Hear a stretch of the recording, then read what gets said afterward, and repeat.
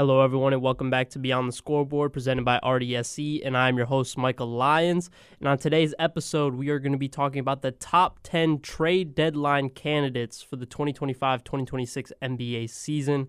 Trade deadline coming up in just a couple weeks. I believe it's February 6th is the official trade deadline, and I got a bunch of names that I'm going to rattle off today. But first, before we get into the trade deadline candidates, I want to talk about the Oklahoma City Thunder versus the San Antonio Spurs series that has gone on. So right now, the Spurs are 3-1 against the Oklahoma City Thunder this year. They have one more game coming up on February 4th, I believe. I saw right before getting on air. This is a weird time for the Oklahoma City Thunder and the San Antonio Spurs. Over the last month and a half, they both haven't really shot the ball well. And the Oklahoma City Thunder, coming off the championship, they were 24-1 before they played the Spurs, and then they lost 3 straight games to them, 3 games over like a week span. So it's a fun series, and I really want to see this happen in the playoffs. But there's a lot of people that are contemplating whether this is like the team to take down the Oklahoma City Thunder in this San Antonio Spurs team. And when I watched the games, it felt like the first 3 games, it was really the Oklahoma City Thunder, like, losing themselves the game. Like, I get Victor Wembanyama has had amazing games against them, and, like, stats-wise, but he hasn't been great against them. In their wins, Victor Wembanyama's averaging 17.6 points per game, 8.3 rebounds a game, and 1 block a game, which is down from all of his other stats on the season against this one singular team. So it's not that Victor Wembanyama is going out there and killing this Oklahoma City Thunder team every night that he plays them. It really was just the idea that the Oklahoma City Thunder couldn't really get to their kind of game that they really like to play against some of these teams. They weren't really turning the Spurs over as much as they would have liked. Like I said before, they aren't shooting the ball particularly well. They did shoot well on Tuesday night when they played them, but it feels very forced, and it feels that, in my opinion, if they do meet in the playoffs, I think this Oklahoma City Thunder team could probably win this series in 5 games. Now, I know Victor Wembanyama over the last month and a half hasn't been fully healthy. He came off the bench in some of those games. So, yeah, maybe I'm just looking too much at the stats. But even watching the game, the only person that I really think cares that Victor Wembanyama's on the court on this Oklahoma City Thunder team is Chet Holmgren. Now, everybody calling this a rivalry. Victor Wembanyama saying it's not a rivalry. Chet saying they've always been compared. Like, it feels like a very forced rivalry. Victor Wembanyama, I love what he's doing for basketball, kind of bringing back some of like the courage that some guys might have, really talking his talk to the Oklahoma City Thunder when he's playing them, giving Chet an earful whenever he has something. But it feels like a very forced rivalry, and until we see Victor Wembanyama in the playoffs against this team in a 7-game series, I don't think you can really compare the two. I believe Victor Wembanyama is the better player than Chet Holmgren, but Chet Holmgren has played winning basketball. There's no knock on him. It's just he's not as good as a guy that is labeled as a unicorn. Like, we're never going to see Victor Wembanyama, and the closest thing we're going to see is Chet Holmgren. It's like Michael Jordan and Kobe Bryant. There's no comparing Michael Jordan to Kobe Bryant. Kobe's just the closest player that has ever been Michael Jordan, but they're not the same player at all. And in the games that Chet, like the losses that Chet's had, he's averaging 11 points per game, 7.3 rebounds a game, and a block a game. All of his stats are down to playing this San Antonio Spurs team. So it is a case of Victor Wembanyama really getting in the head of Chet Holmgren. You saw that a lot in their game on Tuesday. Every time, just Chet had some really bad body language. His head was always down. He was kind of slouching. It didn't really feel like he wanted to be on the court during the game against Victor Wembanyama, which fully understand that dude is just a handful. But even when Victor Wembanyama wasn't on the court, like Luke Cornett was playing great defense against Chet Holmgren. That's one thing that scares me about this Thunder versus Spurs if they do go to the playoffs, is what Chet Holmgren is going to give them. Now, J-Dub is starting to come back a little bit. He did hit a 3 last night against the Rockets, so maybe his shooting will start to spike back up later on in the season as he gets more and more healthy off of his wrist surgery. He is a big X factor in this series as well. I don't really look at anybody on the San Antonio Spurs roster that can guard Jalen Williams or Shai Gilgeous-Alexander, so it's really going to be a matter of those guys taking over down the stretch of games, and then throughout the game, the role players of the Oklahoma City Thunder and the San Antonio Spurs just hitting timely shots. Like Alex Caruso had an amazing game on Tuesday night. Lou Dort is shot a little bit better the last 2 games. I still don't know exactly if he's going to be on this team when it comes to playoff time. But my big takeaway from Thunder versus Spurs, we got one more game left in the regular season, and then it is just chance if we get to see them in the playoffs. I want to see this series, but the amount of people that are so on the side of Spurs winning a playoff series against this Oklahoma City Thunder team, I just don't really see it yet. Again, we're talking about a Spurs team with limited playoff experience. Luke Cornett, Harrison Barnes are their 2 players that have had the most playoff experience. And then De'Aaron Fox, one of their stars, or the only star on their team, including De'Aaron, Devin Vassell, Stephon Castle, Dylan Harper, and Victor Wembanyama.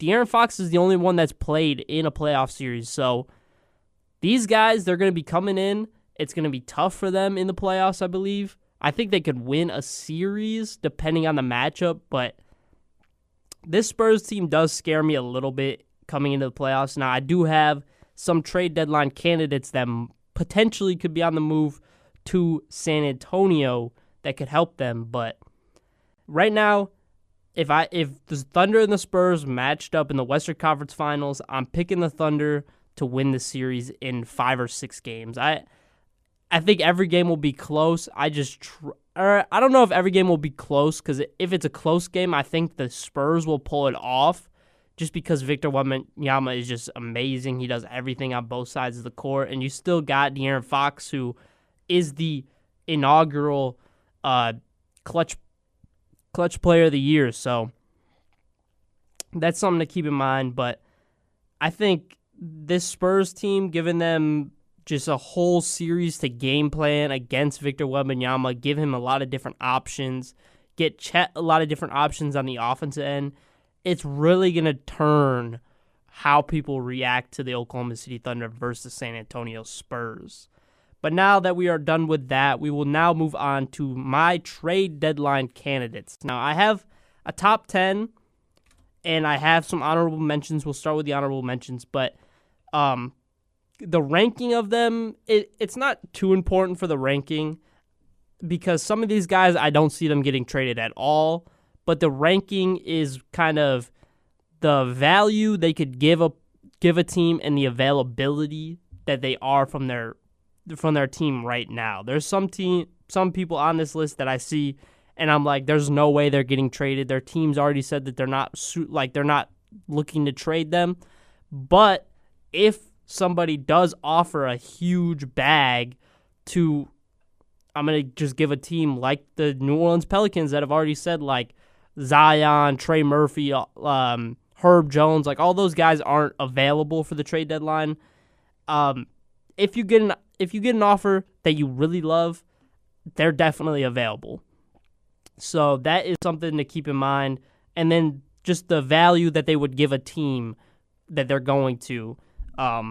There's some bigger names that you're going to look at, and they're probably down the list than you would probably think if they were to get traded at the deadline, but that's what I'm going off of.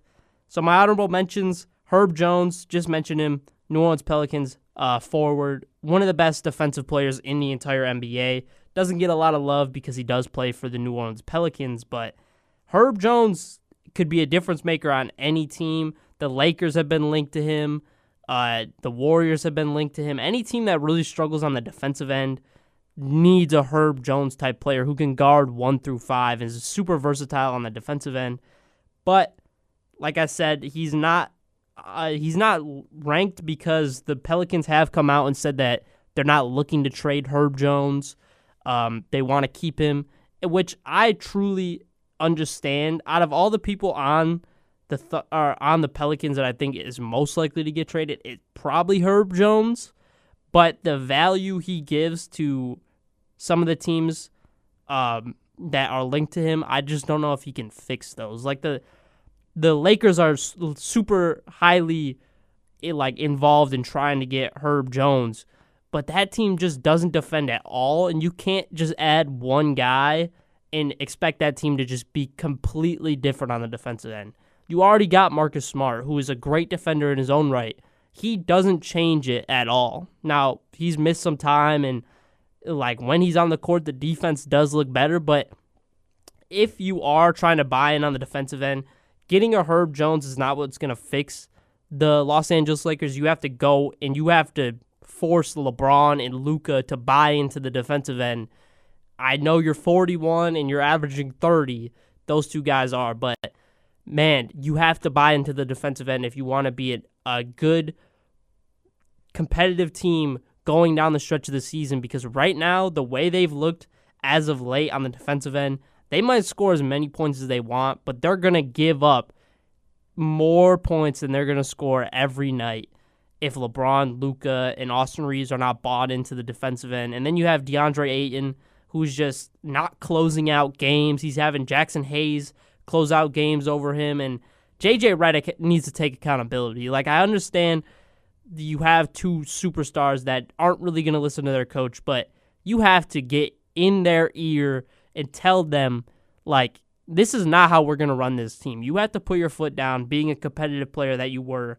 But moving on from Herb Jones as my honorable mention, Ayo Dosunmu on the last year of his deal. There's some teams out there that are looking for point guard play, like a Houston Rockets or a Minnesota Timberwolves. They're both looking for point guard play. Ayo Dosunmu gives them really good effort on the defensive end and is a solid scorer at times.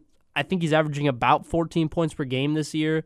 That's a huge boost to some of these teams that just don't have a lot of punch at the point guard position. Now, he's not a game-changing level player, but if you add an Ayo instead of a Mike Conley next to Anthony Edwards, that's just going to make that team 10 times better. Some other names, Najee Marshall from the Dallas Mavericks. He's had a super underrated year. Nobody's really talked about him too much. He's a solid 3-and-D guy. I think he fits on basically any team in the NBA, and he's on a pretty small contract, so anybody could really go out there and try to get him. Some other Dallas Mavericks, Daniel Gafford, a huge center down low that gives you good minutes on both the offensive and defensive end. If you put him with a lob-throwing point guard, he's going to give you some 10 to 12 points a game and a couple blocks, and he's a solid rebounder. Only thing with him, he's been a little bit injury-prone, banged up the last couple years, but hopefully if he gets out of Dallas, maybe that'll change. Klay Thompson is another name for the Dallas Mavericks. I mean, for me, it's more just the fact of I don't want to see Klay Thompson on just a really bad team at the end of his career. Klay, I think he's not having a great year, but I think if you get him in a new situation with some solid scoring around him and he's just a catch-and-shoot guy, he can give you some solid three-point shooting nights down the stretch of the season on a competitive playoff team. But he is on a big contract, so that's why his availability is not super high, and not a lot of teams are looking at him. They're looking at cheaper contracts that are shooting better from the three-point line. D'Angelo Russell, just another solid point guard that could be on the move. I'm not super highly expecting him to be on the move, but I could see like a Minnesota Timberwolves or a Houston Rockets taking a risk on D'Angelo Russell, kind of like the Dallas Mavericks did this year. And then to my team, Sacramento Kings. I have a lot of guys on this list from the Sacramento Kings that could possibly be moved this trade deadline, and hopefully they will. But Keon Ellis, just one of the best role players in the entire NBA. His value is super low. his availability is super high because he doesn't get a lot of minutes on a Sacramento Kings team that we are on a 3-game win streak. Keep that in mind. We on the rise, but we're 11-30, 14th in the Western Conference right now. Just ship him off, get him on a good team. He on any playoff caliber team, Keon Ellis comes in, he gives you really solid minutes. He's going to be a consistent role player for you for years to come, and get him on a team like Boston or Detroit or New York. I would love them to have a Keon Ellis. DeMar DeRozan, I don't think he's going to be on the move out of all the Kings guys on this list. I think he's the least likely to be moved unless it is in a larger deal, like we will talk about later with some of the guys on this list. But DeMar plays a style of basketball that isn't super efficient and effective in the NBA anymore. Not a lot of teams are looking for really good mid-range scoring. DeMar is still a good basketball player. He's like 16th all-time or 26th all-time in scoring. You know what you're getting from DeMar. Not a great defender, though, so his availability, it's there. I don't think teams are really going to take a risk on him, though. Dennis Schroeder gave the Detroit Pistons some really solid minutes last year in the playoffs. Could maybe see him going back to Detroit or another team that just needs some solid point guard play, like Minnesota or Houston, like I've been saying, teams that really need point guard punch, a steady hand at the point guard position. Dennis Schroeder could give that to any team. Then Malik Monk, my last honorable mention. Huge off-the-bench scoring that I think any team could really take. Finally getting minutes in this 3-game winning streak. Had a monster game against the Los Angeles Lakers, but Malik Monk, a really good basketball player that I could see on a lot of teams making an impact, and hopefully he does. I don't want to see him just rot on the bench of the Sacramento Kings while we wait another year to see what we're going to do. Now into the top 10 of my trade deadline candidates. Now, I just thought of a couple honorable mentions first off before I do go to the top 10. Day'Ron Sharpe of the Brooklyn Nets could also be a trade deadline candidate. He's a monster on the offensive and defensive glass. Cheaper contract on a bad Brooklyn Nets team this year that has kind of an overflow of centers and guys that are just trying to take minutes from each other. So I could see Day'Ron Sharpe on a really solid team, just giving them some really solid minutes off the bench, kind of like what you see with Paul Reed right now for the Detroit Pistons. I think that's what Day'Ron Sharpe could really give to a team. Solid rebounding, at times can give you something at the low block. Good screen setter. He's going to just give you a lot of energy on the defensive end. Would like him on, I don't know, a lot of teams. Denver, Minnesota, Los Angeles. I mean, there's so many teams that could use a Day'Ron Sharpe. And then Miles Bridges has been kind of on the watch for a lot of people of what he's going to do with Charlotte. They're just outside the play-in right now, so I think they might keep him. He's been a lifelong Charlotte Hornets player, so it'd be kind of weird to see him on a different team. But if he is to get traded, you could maybe see a team like the Lakers try to go get him because he is just another scoring punch. Detroit might not be bad. There's a couple teams that I think could use Miles Bridges. Colin Sexton as well on that Charlotte Hornets team. I think if Minnesota or Houston, like I keep saying, for the point guard position, could get Colin Sexton and Anthony Edwards, Colin Sexton backcourt sounds super exciting to watch.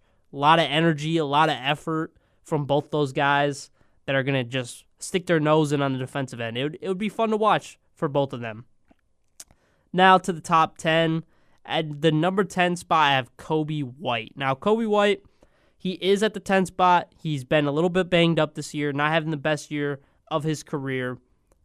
Again, he plays a point guard position where there's a lot of teams that are like in desperate need of point guard play or already have their point guard of the future. That's where Kobe White is at the 10 spot. I could see a team like Minnesota or Houston, like I keep saying, for the point guard position, try to go out and get him. Kobe White and Anthony Edwards backcourt, It's going to give you a lot of buckets. Anthony Edwards is bought in more to the defensive end, so you don't really have to worry too much about Kobe White on the defensive end, even though he is a bigger body at the point guard position, so he could hold his own. And the contract, Kobe White's on his last year of his deal. He's going to want a bag in the offseason, so are the Bulls going to want to pay him that? We're not sure yet, but you could get it done super easily with just a Johan Beranger and Mike Conley deal. Could send Kobe White to the Minnesota Timberwolves and maybe a first or second round pick. But some other teams that I like for Kobe White, Milwaukee, I think they're going to be star hunting for the trade deadline. There's going to be a lot of teams that are a lot of people that are linked to the Milwaukee Bucks on my list. And then Detroit. I really like the idea of getting a secondary ball handler alongside Kobe White or alongside Cade Cunningham, and that being Kobe White could fit really well on this team. He's on a cheaper contract, so it's more or less just a Jaden Ivey and some picks swap for Kobe White for this Detroit Pistons team, which I think could be super fun. Gets less. Cade Cunningham has to give less energy on the offensive end. He's not carrying just the entire offense on his back. If you do get a Kobe White, now they're interdivision rivals, which is not really a thing in the NBA too much, but you never know. They might jack the price for a Detroit Pistons to get a Kobe White, but if Kobe White does end up in Detroit, I would love to see that. Just gives a lot of scoring punch to a team that is great on the defensive end, just sometimes lacks on the offensive end, especially at three-point shooting, which Kobe White, right now this year, he is averaging, let me check, he's averaging 18 points per game, not shooting it super efficiently from the three-point line, though.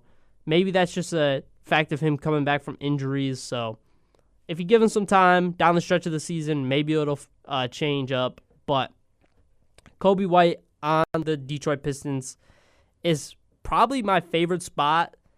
That or Minnesota I like. But I think I would go with Detroit as my favorite spot for Kobe White. Now at the number 9 spot, a guy that is definitely getting moved at the trade deadline. He is 100% available. He requested a trade. That is Jonathan Kuminga. Now, Kuminga is in a weird spot. He hasn't played a lot this year outside of really early in the season. He's averaging a pretty decent year despite having some less minutes. He's averaging 12 points per game, 6 rebounds, 43% from the field, 32% for the three-point line. And early on in the season, he gave you some highlights on the defensive end, which I like to see from a guy that is trying to build up his trade value because he just doesn't want to be in Golden State.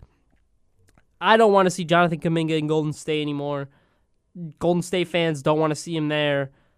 Steve Kerr 100% doesn't want to see him there. So some potential landing spots I got. Sacramento, I mean, they're always trying to find a young guy to come here. I would like to see Jonathan Kuminga on the Sacramento Kings. I think there's a lot of untapped potential with him. I don't know if he's a 25-point-per-game scorer, a max contract guy like he expects to be, but I think he could be averaging about 18, 19, maybe 20 points per game on a solid team in the Western Conference that is just kind of building towards their future. He's still super young, 23 years old, and he was picked 7th overall for a reason. So I like him in Sacramento. Brooklyn as well. Kind of a swap for one of the guys that I see later on this list that is one of the top candidates to be traded this year, in my opinion. Chicago, you get him next to Amadis Buzelis. I kind of like that. And then Milwaukee as well. Milwaukee just kind of, they're going to be star hunting. It's kind of just a straight-up Kyle Kuzma for Jonathan Kuminga swap.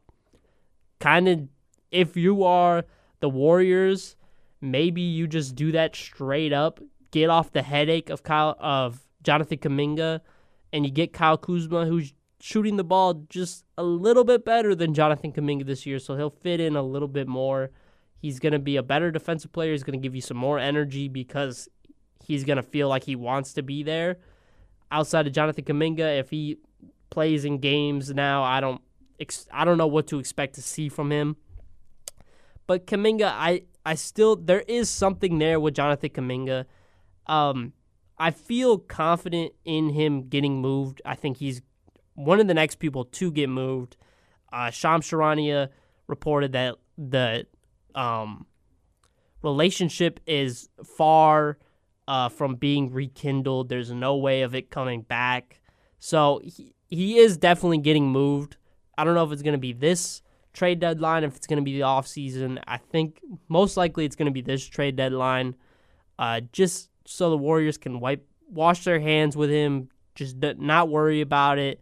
Because at the end of the day, if you have a guy that doesn't want to be there, you don't want to hold on to that in your locker room, because that's just going to be a constant headache for the coach and a constant headache for all the players having to listen to Jonathan Kuminga or deal with his shenanigans he's going to be doing in the locker room. And I don't know if Jonathan Kuminga is that kind of guy, but there's just a sense of, if you know somebody doesn't want to be there, but he's being held there for ransom, basically, it just brings down the mood of everybody around him. So hopefully for Jonathan Kuminga and the Golden State Warriors' sake, they can both agree on a deal to trade him somewhere.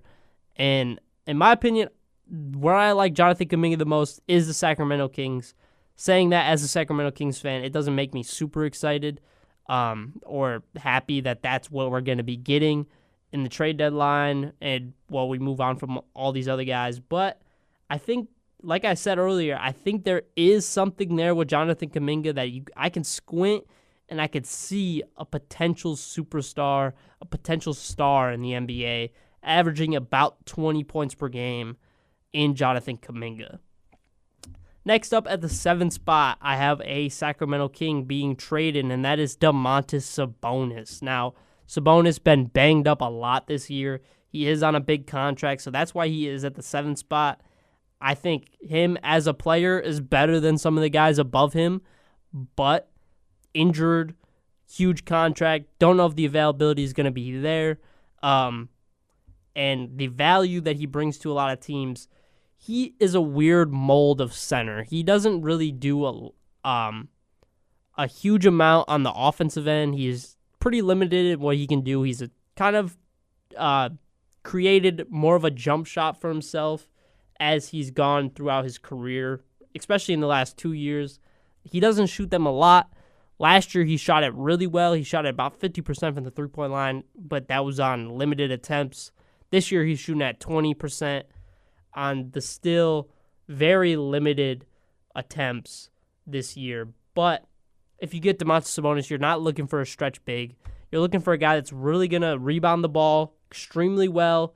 Defense is mediocre at best for Domantas Sabonis and how much you're going to be paying him. The potential landing spots I got for him, the Toronto Raptors, they're just in desperate need of a really just strong center that can rebound the ball extremely well. Then the Golden State Warriors, they've been linked to Domantas Sabonis for a while. I think it's a pretty even swap, Jonathan Kuminga for Domantas Sabonis. Then you have to make the money match, so it's like a Moses Moody, a Gary Payton, something like that along the lines.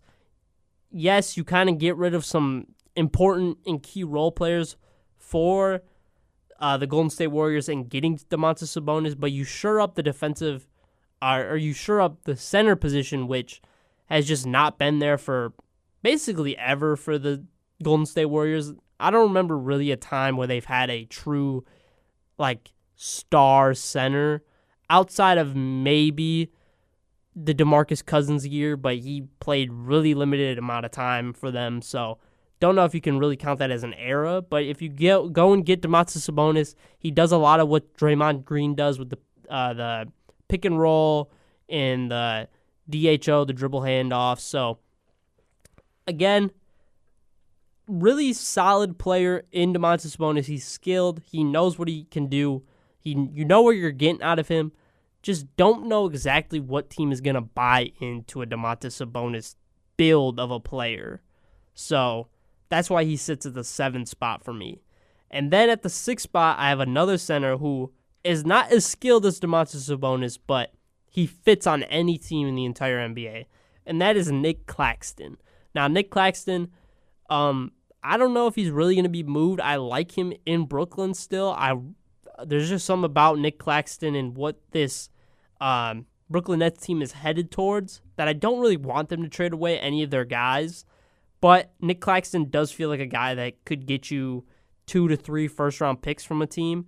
And some of the teams that I have for a potential landing spot, Boston, Neemias Queta's been excellent this year. I love Neemias Queta. I've thought he's going to be a star, a solid center for years now since he was on Sacramento Kings Summer League team. He was dominating in Summer League. Now, it was Summer League, but when he played in minutes for the Beam team and even before that, I really liked Neemias Queta as a player. Now, Nick Claxton, he's just a better guy. He's just a better player than Neemias Queta, and that's not taking anything away from either one of the guys. Nick Claxton, averaging 13 points per game, 7.5 rebounds, but what you know you're getting from Nick Claxton that you might not get from Neemias Queta is you're getting supreme shot blocking and rim deterrence from a guy that is an excellent shot blocker. He is an uber athlete in Nick Claxton. I would love to see him on Boston. Move Neemias Queta to a more bench role so you get a 2 big man punch from both of them.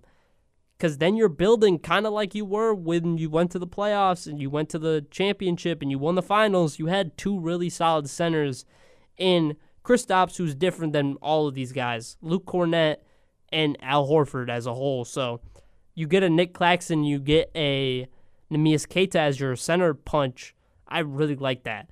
And then also Indianapolis, I like the Pacers really going after and being aggressive, trying to get their center of the future. They lost Miles Turner in the offseason. Nick Claxton, I think, could fit perfectly with a Tyrese Halliburton run offense. He's going to catch lobs. He's going to shot block on the defensive end. He's going to... You know what you're getting from Nick Claxton. Rebounding isn't as good as a Miles Turner, but Pascal Siakam's really bought into just being a dominant rebounder this year. Now, yeah, he is basically the only guy they got to rebound, but I like Nick Claxton on the Pacers. And then the final team I have for him is the Toronto Raptors. Just another team that is trying to buy into a center that they need that's going to be a shot blocker, give him a lot of length, give him some solid rebounding. Jakob Poeltl is still a solid center, but they did pay him a huge contract. He's been banged up, and he's kind of slow on the defensive end for a team that likes to switch a lot. And, I mean, you've seen Colin Murray-Boyles is playing and starting at the center position for this Toronto Raptors team. Nick Claxton would be a huge punch for them. And, yeah, those are the teams I really like for Nick Claxton. If I had to pick one, I really like where he would look on the Indiana Pacers and what they would look like next year when they get Tyrese Halliburton back, when they get Andrew Nembhard is fully healthy and you still get another year of Pascal Siakam. I don't know exactly what they would give up for Nick Claxton. It might be a Benedict Mathurin. He hasn't been some superb guy that they've looked forward to this year. So I could see Nick Claxton for Benedict Mathurin. And I like that for this Indiana Pacers team that is going to be coming back next year fully healthy, hopefully. So before we jump to the top 5, we're going to take a quick commercial break, and then we will be back for my top 5 trade deadline candidates for the 2025-2026 NBA season. We will be right back. This has been Beyond the Scoreboard, presented by RDSC, and I am your host, Michael Lyons. Hello, everyone. Welcome back to Beyond the Scoreboard, presented by RDSC. And like I said before we went to commercial break, we are going to be continuing my top 10 trade deadline candidates with 5 through 1 to finish off the show. First up, at the 5 spot, we have the man that just got traded last year. It's on a bad team in the Western Conference, is a 50-40-90 candidate, Zach LaVine. Zach LaVine had kind of a down year this year compared to some of his recent years, but still averaging 20 points per game, 3 rebounds, 2 assists, 48% for the field, 39% 79% from the three-point line, 88% from the free throw line. He's a scorer. You know what you're getting with Zach LaVine. He's a scorer. He doesn't do a lot else. At times, he is shown to be somewhat of a playmaker when he needs to. But defensive end of the ball, you're not getting a lot from Zach LaVine. But you know where you're getting a guy that can go out, average 20, day in, day out, give you what you need from all three levels. Zach LaVine is a huge candidate. I don't want to see him wasted away on the Sacramento Kings team for another year while he's still very much in his end of his prime. But Zach LaVine, I have two options for him, and I don't know if either one are really going to buy into him, but I think he would fit on both these teams. First up, the Milwaukee Bucks. Like I said, a lot of people on this list are going to be closely related to Zach LaVine. But Zach LaVine, Milwaukee Bucks, I think it fits perfectly with with Giannis, who is a dominant force on the interior and a team that struggles with three-point shooting when Giannis is not there. You get a guy that is just a three-point specialist at this point in his career, and Zach LaVine. That would fix a lot of problems when Giannis is not on the floor. And then when Giannis is on the floor, I'm a little worried because Zach LaVine doesn't play a lot of defense, but I think he fits better than Damian Lillard did with Giannis, just because I think Zach LaVine can benefit with off the ball a little bit more than Damian Lillard can. But Milwaukee, huge trade candidate for him. I don't know if there's anything that Sacramento's going to want from Milwaukee. And then another team, the Los Angeles Clippers. Bring him back. He went to UCLA. I think a Zach LaVine, James Harden, Kawhi Leonard, and Ivica Zubac-led team. I know they've struggled this year to start, but recently they have been super strong, getting a lot of wins recently. I think he would fit perfectly with that team, gives them a lot of punch on the scoring end.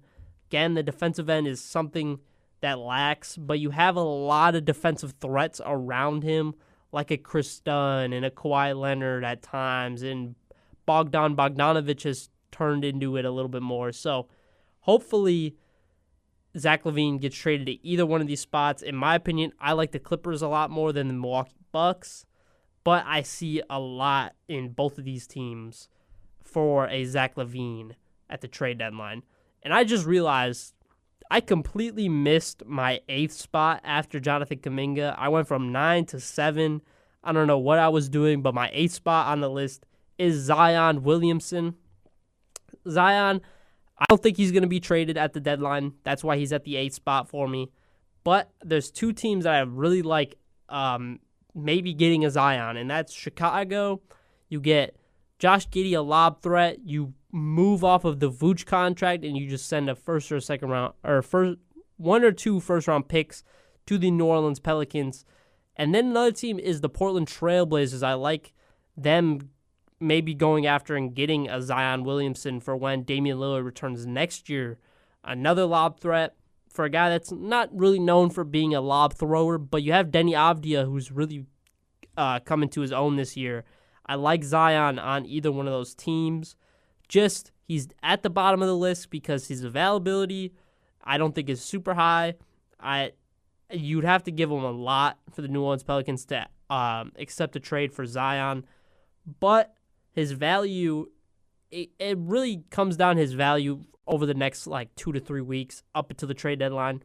If he's on the court playing, balling out, I could see a team like Chicago getting desperate and going after Zion. So that's the 8th spot. 5th spot was Zach LaVine. Let me just say it all again just to make sure we're on page for everything. Kobe White is the 10th. Jonathan Kuminga at 9. 8 is Zion. 7 is Domantas Sabonis. 6 is Nick Claxton. 5 was Zach LaVine. And now we're on to number 4 on the list, which might surprise some people, but I think Trey Murphy III is a huge trade deadline candidate for some really good teams in the NBA this year. Trey Murphy III, if you're not super familiar with his game, I understand he's not a big name in the NBA whatsoever, but another 50, 40, 90 candidate, averaging 22 points per game, 6 rebounds, 3.5 assists, 50% for the field, 38% for the three-point line, 89% from the free throw line. And he's at basically 39 because he's at 38.9 and 89.9. So from the three-point line and the free throw line. And then on the defensive end, he gives you 1.6 steals a game. I love Trey Murphy III. I think he is somewhat of a waste of talent on the New Orleans Pelicans, but I love his fit on 3 teams in particular. The Oklahoma City Thunder, they got as much as the New Orleans Pelicans would want for Trey Murphy, so I like them going out there and getting him. The San Antonio Spurs as well. You get him next to Victor Wembanyama, next to Stephon Castle. He's a sharpshooter, as we've seen this year. That is an excellent fit, and I really like him in Detroit. Just a sharpshooter, a guy that can put the ball on the floor, get to the basket. I love Trey Murphy III on all 3 of those teams. Another team that I added is the Los Angeles Lakers. They don't have as much to offer as the other 3 teams, but Trey Murphy III is definitely a guy to watch out for at the trade deadline this year. Whoever gets him is instantly going to turn themselves into either a real contender or up their contention level, because if OKC can get Trey Murphy III, watch out. That's a Lou Dort for Trey Murphy III straight up swap and some picks. Man, it's going to be a monster on a super strong team. And the San Antonio Spurs as well would be super fun to watch. And Trey Murphy III is also a high flyer. He can catch lobs. He can dunk on people. Getting him next to a point guard like Cade Cunningham, again, just a lot of really good fits for Trey Murphy III. Pelicans have come out and said that they aren't looking to trade any of their guys. But Trey Murphy III, out of all their guys on that roster, I think he has the most value. And I think he is one of the guys that can fit on any team in the NBA. He doesn't need to be a star. He doesn't need the ball in his hand 50% of the time. Trey Murphy III is a huge baller. He's a great basketball player. Any team that can try and get him at the trade deadline, 100% go out there and get him.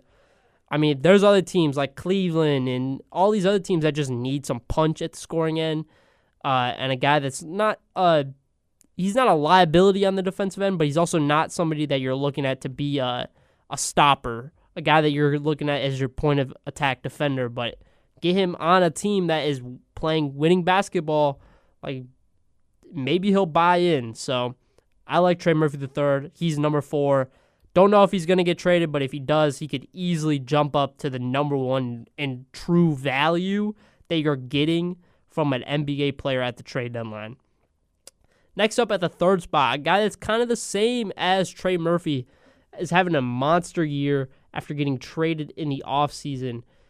That is Michael Porter Jr. Now, personally, in my opinion, I don't really want to see Michael Porter Jr. get traded. I really like what I've seen from him this year. He's averaging just under 26 points per game, 7.5 rebounds, just under 50% for the field, 40% for the three-point line. He is having a monster year, but there are teams that are definitely licking their chops at Brooklyn and saying, we got a lot that we can offer from Michael Porter Jr. I like, again, 2 teams that are linked to Trey Murphy III that, in my opinion, are also linked to Michael Porter Jr. That's the Oklahoma City Thunder and the San Antonio Spurs. Over the last month and a half, they've struggled in three-point shooting. That man comes in and he gives you three-point shooting. We saw him last year in the playoffs still give you good minutes for the Denver Nuggets despite having a hurt shoulder and all that. Michael Porter Jr. is an amazing basketball player. He's really showed it on Brooklyn, and that's really why I don't want to see him get traded. But I understand just he is a huge target and probably outside of Trey Murphy III, the best talent that you could get that you know is 100% going to be on the floor because he's played 31 games this year. So he's played a ton of games despite having a lot of injuries last year and throughout his career. He has not taken this year in Brooklyn lightly. He's really come into his own as a scorer, which I love to see from Michael Porter Jr.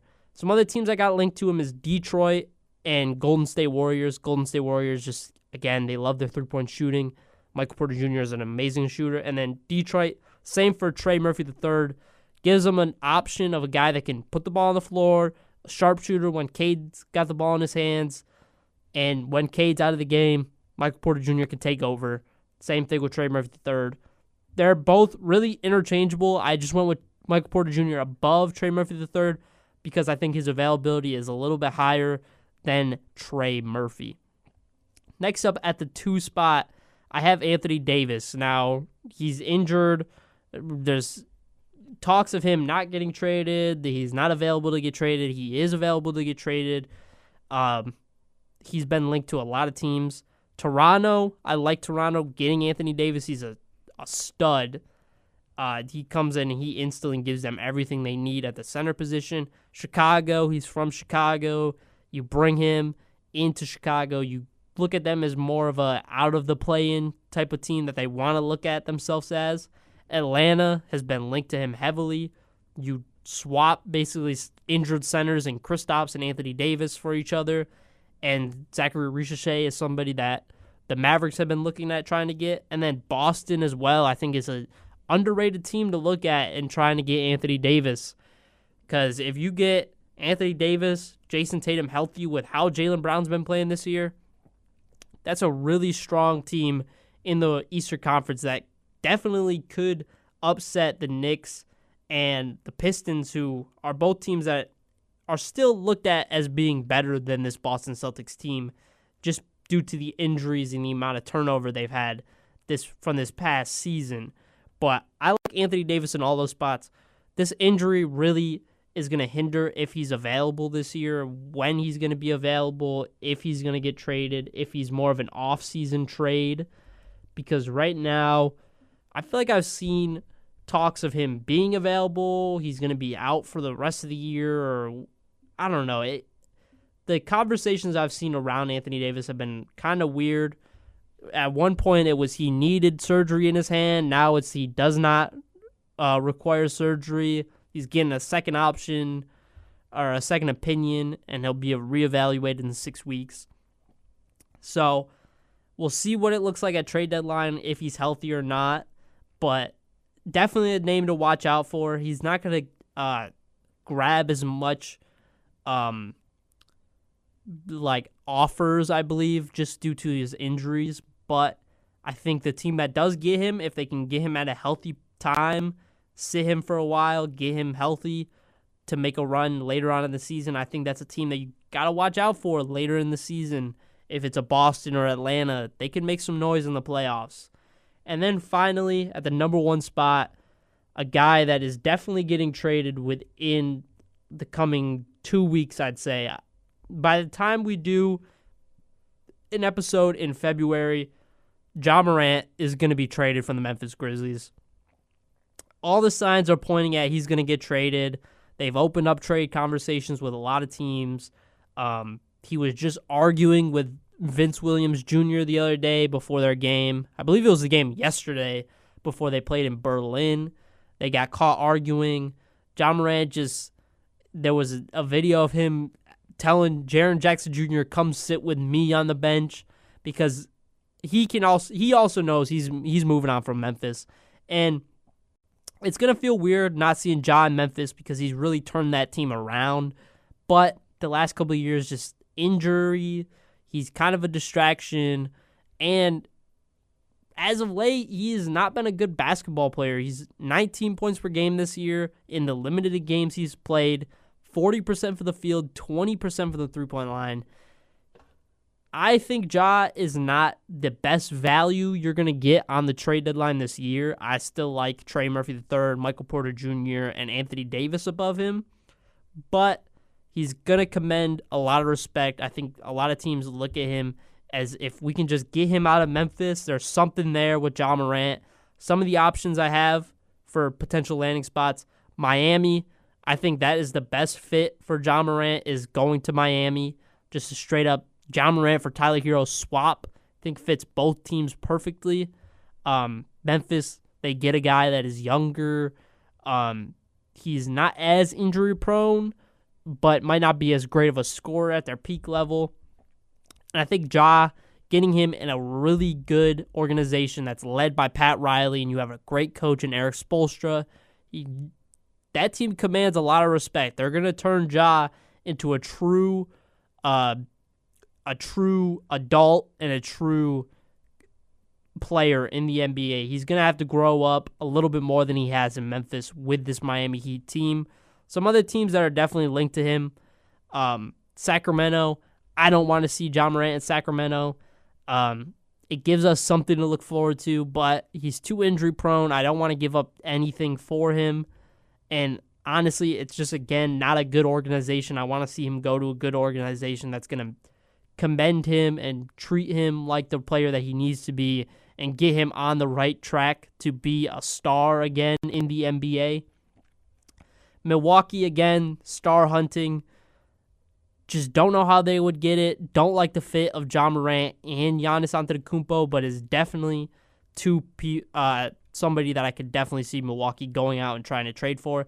Then the final team, Minnesota, needs some point guard play. Ja Morant, Anthony Edwards backcourt sounds really fun. Just don't know exactly how they get to that, but again, it is an option. But in my opinion, I really like Ja Morant to Miami. I think that's best for both. Ja Morant as a player in his career and as an organization, I think Miami looks at themselves as going in the future if they can get Ja Morant back on track to where he was. Ja and Bam Adebayo and Norman Powell, how he's been playing. That's a super fun team to watch out for. But that has been the trade deadline candidates. Hopefully by next week we will have a trade to conversate over. It's only been the Trae Young trade so far, so hopefully we can get something cooking in the next couple weeks. Hopefully this trade deadline is not super boring like it was a couple years ago. Last year, I was going to say last year, but we did get the Luka Doncic trade and De'Aaron Fox got traded, so last year was a good trade deadline. Hopefully this year is once again another good trade deadline. This has been another episode of Beyond the Scoreboard. I hope you guys enjoyed listening. And this has been presented by RDSE, and I'm your host, Michael Lyons.